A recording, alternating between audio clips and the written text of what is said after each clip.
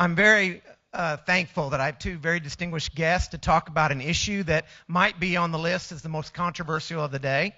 I can tell you that because when I asked for industry participation to come talk about the carbon dilemma, global warming, I ended up having to moderate the panel myself. So that was probably some indication of the nature of it. But I do have some very, very special people here.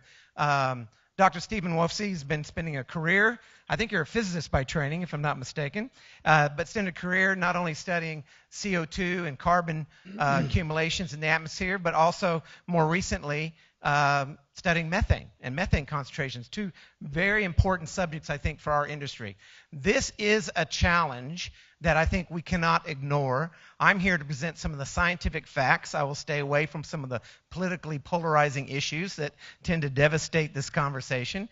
But we also have our own Dean of the College of Atmospheric Sciences here, Dr. Berrien Moore, who's engaged in the measurement of the CO2 in the atmosphere and recently received a significant grant. And so I'm going to ask him to speak to what he is doing firsthand to help us understand the CO2 dilemma, okay, or the carbon accumulation dilemma. So I'm going to share with you some facts. Hopefully you can see this slide. If you just want to, for a minute, forget about the politics, forget about the political discussion, and just look at the record of deep time for CO2, you can quickly come to the conclusion that we are at historic levels of accumulation of CO2. I think the number's 406 or 408 parts per million of CO2 that we can actually measure today. And that's pre-hominid levels. I mean, people like us did not live in that environment, okay? And so it's critical to recognize that there's been a significant accumulation of CO2 in our atmosphere. And of course, as we know, CO2 is a greenhouse gas. And as a result of that, we know that it actually insulates our Earth and results in warming. And there's no denying this. It's not the scientists are not in debate. Politicians tend to be, but the scientists aren't. But there has been a lot of work done. Is this accumulation natural or is it anthropogenic? Is it human caused? Well, we're much more clever these days. We can actually fingerprint the kind of carbon that's being accumulated, and we can without a doubt say that the accumulation that we're seeing is anthropogenic. It's coming from the consumption of fossil fuel. And more importantly, it's further correlated with the reduction in oxygen in the atmosphere. So this debate that you oftentimes hear is somewhat rhetoric. There's no doubt there's accumulation of CO2 in the atmosphere, and there's no doubt that it's coming from human activity. When you do hear people that take a different position, they're ignoring 96% of the scientific community. So here's what the scientists are saying. Now, I'm trying to take out, some of the things that are exaggerated from this, and I'm just going to share with you what I believe are the facts. Earth climate is warming. Last read was 0.9 degrees C over the last century. And it's 10 times faster than the warming accompanying from the shift from the last ice age. Just a fact. Atmospheric CO2 now exceeds 400 parts per million, and that last time that occurred was 800,000 years ago. Okay? So we do now live in a pre-hominid environment with regard to CO2.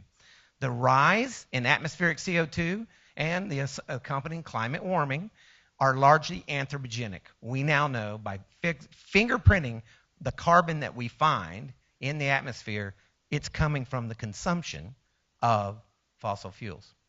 So as the climate warms, weather patterns will change and sea levels will rise. We don't know any more than that. These people that say, the sea's going to go up to 20 feet higher and Florida's going to disappear, we don't know that, okay? But we do know that sea levels will rise.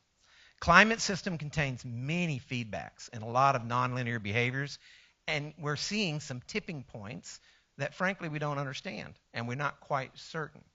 So joining me here from Harvard, which has some credibility, I think, as well as a little bit, is somebody who's spent a career studying this. And so I'd like to take a pause for a moment and let Dr. Wolfsey tell you more from a scientific perspective how he sees the carbon dilemma. So I'm just going to address the basics. There's so much noise in the system, so much very, very carefully framed statements that sometimes are true and are so carefully framed that they very much lead you to the wrong conclusion from what they're saying. I'm just trying to kind of give you the basics. I think many people here will know this from their training. So the Earth as a planet has to export heat to space by radiation. It's the only way. So the Earth receives energy from the sun, and to establish a temperature, a stable temperature, a balance, it has to radiate heat to space. When you increase the amount of absorption in the atmosphere of this heat radiation, what you do is, let's say, add CO2, it's up by 40%. Add methane, is up by a factor of 3 since the 18th century. Very, very big change. That radiation is absorbed in the atmosphere, and about half of it is radiated back to the surface, because the molecules in the atmosphere aren't told which way to send it. And that extra energy reaching the surface leads to a warmer climate. There isn't really any way to debate that. It's based on the laws of physics, the laws of thermal physics, as they were discovered in the 19th century. It's been known a really long time. So if that was all we had to think about, there probably wouldn't be a debate about climate. But of course, other things affect climate as well. Climate has been getting warmer and colder and going through different cycles and trends since the beginning of geologic time. That fact plus one other makes it a little hard for us to come up with very simple prescriptions. That other fact is that when the heat radiation is coming back to us from the atmosphere, the climate doesn't respond instantaneously in some easily predictable way. We have to heat up the whole oceans in order for the temperature of the Earth to warm up. The Earth moves heat around all the time, so you don't get a uniform response. So what that means is that it is impossible in principle, not just impossible because it's hard, but impossible in principle to measure directly the human impact on the atmosphere. We can measure the total change, we can measure how the system is changing, but we can't distinguish by direct observation ever the direct impact of human beings on the climate. In the case of CO2, as Dean Spice said, we're lucky because we have isotopes and we have other ways of picking up the human impact. In the climate, heat is heat, so we can't really tell how much directly from measurement.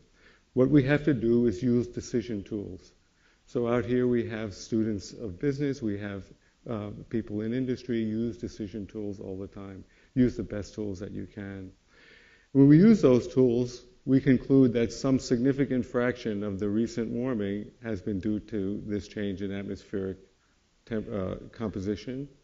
And in addition, the thing that's really kind of nasty from a decision tool standpoint is that we've already committed to substantially more human-caused warming than has occurred. Remember that delay factor there. So this leaves us with a problem that we should try to solve by very careful thinking, very careful application of decision tools, and very careful communication. And the gentleman who spoke, the keynote speaker, said, we really need to govern from the middle, and we're out here. The same can be said analogously to the discussion of CO2. We really need to have very, very careful discussions. I haven't got perfect solutions to this. From the standpoint of prudent management of resources, of the future of the planet, we should try to reduce the emissions that we have. On the other hand, we're not going to be able to suddenly make the energy economy go away. Quite the opposite from what you heard this morning. So I think that the challenge to us is to get away from the rhetoric, get away from these very carefully framed statements. Your own Scott Pruitt made some very carefully framed statements on the TV a short while ago, and everybody went bananas over it. What did he say? He said, we can't precisely measure the impact of human beings on the climate. Well, I agree with that. What do we conclude from that, though, is not the conclusion that seemed to come out at the end of his discussion, which is, we have to wait until we do. We will never be able to directly measure that. We have to use the decision tools that we have at our disposal. We have to talk very carefully about it. And we have to do a lot of research on the atmosphere and a lot of studies of the climate system. And I have to say, I promised myself I wouldn't say anything about politics. I'm going to say one little thing. If you look at the blueprint for the budget that came out, research on climate gets hammered very hard. And we can hear people speaking on the radio saying that climate science isn't good science, it's garbage science, it's politicized. A lot of stuff is politicized out there, but not climate science. It's the people using the climate science who are making the politicization. If we're going to have this careful discussion, we do really need to observe the Earth very, very carefully. And one of the things that I picked up in this morning's discussion was how in the oil fields and the gas fields, people are beginning to understand that smart instrumentation and much better data coming from all parts of the operation help them with the bottom line, help them with compliance, help them with everything. There's an analogy here, and I don't believe that it's being reflected in the current debate. Now, Berrien is going to tell you about one of the best satellite projects I've ever heard of, which is designed to do this, and which just happens to be here at Oklahoma. So maybe I should just turn it over to Berrien. I want to get to the mission. I'll tell you the name of it, but I'm going to give you some background. The name of it is GeoCarb. And speaking about the political environment, some of my friends said, maybe you should call GeoCarb a New California diet. And it makes you healthy, wise, but maybe you don't want to say it has anything to do with greenhouse gas. I had the opportunity to teach a course this past year on climate, and we went back and looked at some of the early documents. It's really quite fascinating. In 1955, Roger Revelle and Hans Suess discovered something about the chemistry of the ocean, now called the Revelle factor. It has to do with as CO2 enters the ocean, there you have an acidity change, and actually it makes it more difficult to get that next molecule back into the ocean from CO2. That came as a real surprise in the 1950s. There was a sense that as you put CO2 in the atmosphere, the ocean would take it up, it would mix it, and it would be ready to take up the next tranche of CO2. All of a sudden, the implications were that the ocean is going to be about 50% as effective in taking up CO2 as previously assumed. And this was in the 55. And interestingly enough, as a U.S. contribution to the International Geophysical Year, the other major contribution was Sputnik. Roger Revelle placed his young postdoc, David Keeling, out in Mauna Loa and began the daily measurements of CO2 in the atmosphere. And that record continues today, and it is the record that picked up at around 315 parts per million in 1957, and we went over 400 a couple of years ago. And it's now called the Keeling record. It is the core record for the measurement of CO2 in the atmosphere. So the feeling was, to say, in the 80s, when I started working on this problem, was that about half of the CO2 stayed in the atmosphere and about half went in the ocean. Not as much as we previously thought, but that was the argument. Since that time, and particularly in the 1990s, we began to realize that that wasn't right. And our best thinking today is about 44% stays in the atmosphere, about 24% goes in the ocean, and about 30% goes into the terrestrial biosphere net, which means the terrestrial biosphere, this is after deforestation, after land use change, net, the terrestrial biosphere is getting larger. Terrestrial biosphere is getting, we have several lines of argument. For instance, you just mentioned that oxygen is depleted. Ralph Keeling, actually David's son, made those fundamental measurements. That oxygen is it's very slightly, don't worry about breathing, don't go corner the market with Air Liquide. There's plenty of oxygen around. But the oxygen wasn't reduced as much as the burning record of fossil fuels should tell you. Well, when you put CO2 into the ocean, that really doesn't change the oxygen balance, maybe ever so slightly. The only way to really change the oxygen balance is to grow the terrestrial biosphere net. So now we have this thing that about a quarter, a little more than a quarter of the CO2 produced goes net into the terrestrial biosphere. A little less than that goes in the ocean, the rest stays in the atmosphere. And we have no idea why this is happening. We don't know.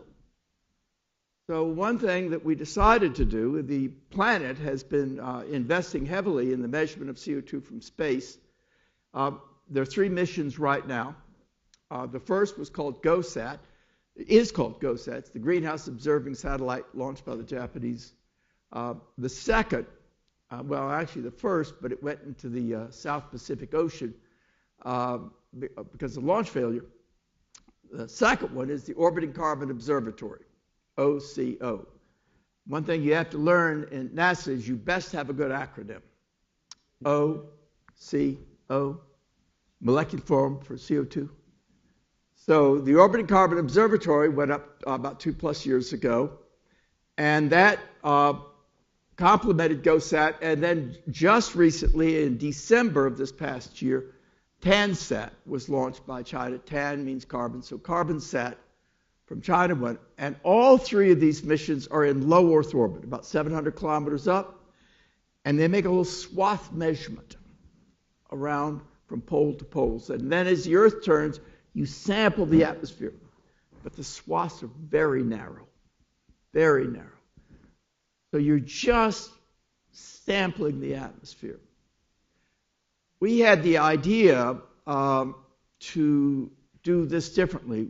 It was basically to take the same instrument that OCO is using, add a methane channel, so we have a channel to measure oxygen because we need to get the total amount of atmosphere because we want to make a concentration measurement. 2 channels to measure CO2 total column, and a 4th channel to do methane and CO. The exciting thing that we believe that we've come up with is that we really need to understand this terrestrial carbon. And so what we're going to do is stand off at geostationary orbit, 22,000 plus miles away, on a communication satellite. So essentially, rather than build a spacecraft and buy a launch, we just rent a condo on the bottom of a communication satellite. And we put the instruments a little more than about 1.25 meters by 1.25 meters by 1.25 meters. So it goes nicely on the bottom of a communication satellite. And with that, we will stare every day at the Americas. We're going to be at 85 degrees longitude on the equator, staring at the Americas. Every day, wall to wall, not just a swath, but wall to wall at 3-kilometer resolution. So we could measure kind of North Campus OU and South Campus OU is a little bit differently. So wall to wall every day we'll make a concentration measurement of CO2, methane, and CO. And with that, we think we can begin to probe this question of what in the world, how is this system working? Because if someone had said in the mid-1980s, no, only about a quarter is going into the ocean, the other quarter is going net into the biosphere, and people said, that can't be. But it is. It's exactly what's happening. And we don't know why. So this, I think, is part of this scientific dialogue. I think Steve is right on. This issue was not so politicized. It really wasn't. The largest research program to study this issue, the U.S. Global Change Research Program, that was drafted under President Reagan, signed into law by President Bush. This was not a highly... there were meetings once the Seuss-Revell factor was recognized. Eisenhower started having meetings on the topic. This was an element of scientific discussion. And I think we have somehow drifted away from that, and we really need to get back to it because it's a very fundamental question about how the planet works. I can't thank you enough. And so this is the reason why I wanted to make sure this issue made our top 3 list, because the science here is impactful. The uncertainty around the tipping points is meaningful for us to understand. And I think as an industry, we need not shy away from challenges. We need to collect data. We need to understand it. Berrien's project is one great example that we're going to learn more. But if you go and you look at some of the miracles we need a miracle for what to do with salt. We need a miracle in understanding induced seismicity by having our induced seismicity network, our seismic network across the state and other places to be more robust. The solutions are going to come from more knowledge, not less knowledge. And then, lastly here in this particular issue, there's a lot we do not know. But the one thing I'm convinced about our industry is that we don't shy away from challenges. So I'm excited about continuing the government, industry, and frankly, scientific community in solving all three of these major challenges that could potentially stand in the way of our success.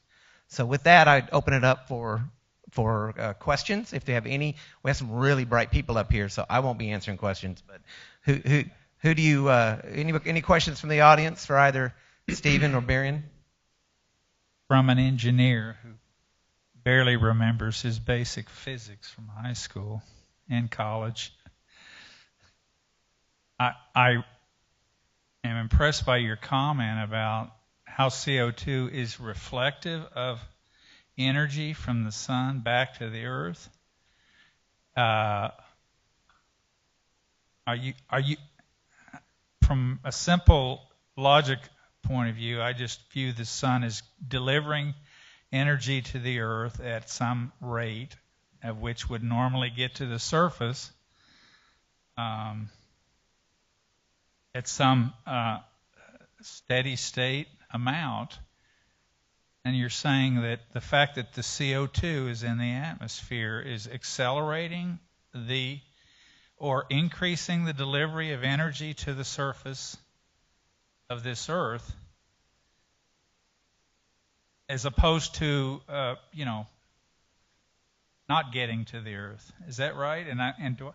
No, I'd like to explain it a little bit better for you. So if you are in a nice cool store on a hot summer day, and you go outside on the shady side of the store, you feel heat on your face.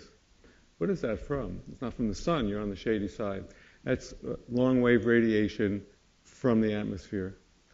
So the Earth has to be in an energy balance on some time scale, which is probably a decade. That means it takes in energy from the sun, and it has to get rid of the energy somehow. And the laws of thermal physics, the ones that were discovered back in the 19th century, say, it's a solid body. It radiates according to the so-called Stefan-Boltzmann law, which says that the amount of radiation going out per square meter per second is proportional to the fourth power of the absolute temperature. When I put additional so the greenhouse effect is a natural effect. If there were no gases in the atmosphere to absorb the radiation from the surface of the Earth and radiate half of it back and half to space, the temperature of the Earth would be minus 20 degrees Celsius. It's not. It's about plus 17 Celsius. What we're doing is increasing the efficiency of that reabsorption, so it's not affecting the energy from the sun directly. What it's doing is insulating the Earth, just like you insulate your house. You have you put this stuff on your house. It's aluminized. Why is that? It's because it's absorbing the radiation, the heat radiation, which is going through your walls. So it's not just conduction. Some of it's by radiation, and radiating it back into the house. You can do an experiment in your kitchen that demonstrates this. So you just turn on your oven real hot, and turn it off. Open the door.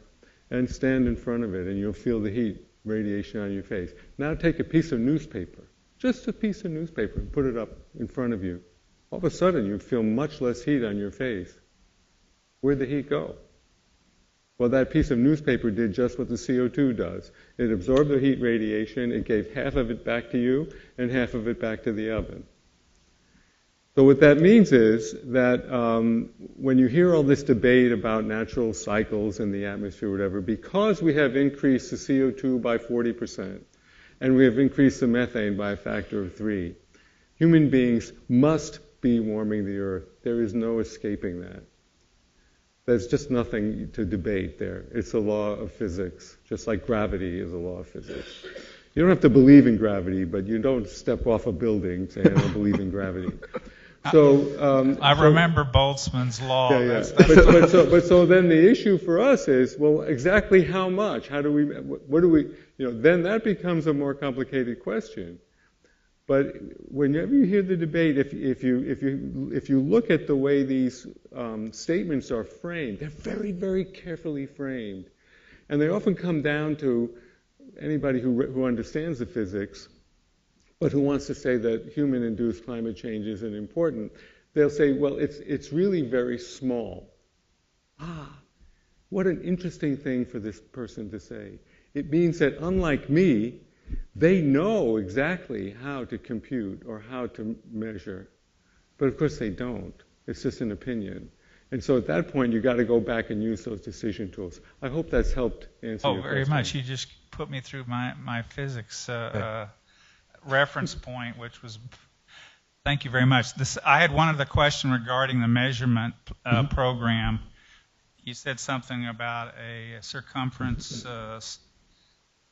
taking measurements in a satellite orbit. To really learn this, it's going to take time, because you're looking for measurement. You're looking for change over time. So it's going to take a long time to really conclude much from this. I mean, you're taking a point and then finding out what it looks like in the future. Secondly, are you going to run it over the Arctic, over the polar caps, as well as, say, at 85 degrees or whatever latitude that you mentioned before? 2 or 3 things.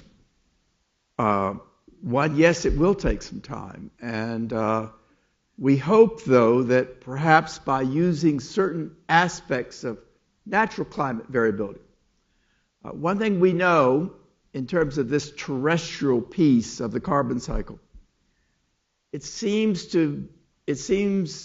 that what we know is that during an El Nino condition, the terrestrial biosphere takes up a lot less carbon. Almost becomes a source. In fact, may become a source at times, net. During La Nina, on the other hand, it becomes a very significant sink, net sink. So perhaps if we could get a couple of La Nina, El Nino cycles, then we'll use that natural phenomena to try and understand what the terrestrial biosphere is doing, in particular, but also the oceans. In terms of the satellites, I know I wasn't terribly clear, but let me see if I can try again. The 3 that are up there right now are in this low Earth orbit, about 700 kilometers up. And they are going pole to pole. But they're just, think of a lawnmower making a very narrow swath. So they're making a very narrow swath measurement, pole to pole. But they're looking over the oceans, over the land, over the poles. So those 3 satellites are going to make an enormous contribution in that regards. Unfortunately, in order to really get at this terrestrial problem, you really need to see different ecosystems, if you will. You really need to see how the terrestrial biosphere is responding, for instance, to the La Nina, El Nino conditions. And so that led us to say, let's take another crack at this problem and add another measurement capability that's sitting out right on the equator looking at the Americas every day, wall to wall, so that you look at the Corn Belt, you look at the tropical forest of Brazil, every day, wall to wall. And with that, then we think we can begin to get at this problem. But this issue of having to do it it's going to. That's why the motto of this mission is "Fly before I die." I don't want to become part of the measurement. I want to be making the measurement. So I'd like to make a comment about this. Actually, this satellite will provide some direct service and value added to this industry. And in particular, it is important to know how much methane you're losing in your natural gas operations. It's a lost resource. So just forget about the greenhouse gas effect. It's costing you money. It's also co-emitted a lot of times with hydrocarbons that are not methane, and maybe some other stuff, some sulfur compounds. And so knowing where stuff is coming out is important. Right now, we really do not have a way to determine that.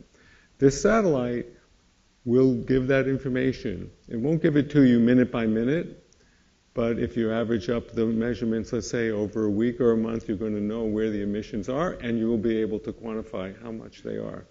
Now, depending on your point of view, that may be a wonderful thing, or you might be scared to death about it, but it is going to provide that information. My understanding, particularly after having listened to people at dinner last night, is that this type of knowledge will be of great utility to the industry. It's pretty special. I've actually got my own proposal that wasn't funded to do methane measurements from space. This is the way to do it. And I believe that in that sense, it's particularly appropriate that this satellite should have its home here in Oklahoma. Please join me in thanking Barry and Stephen.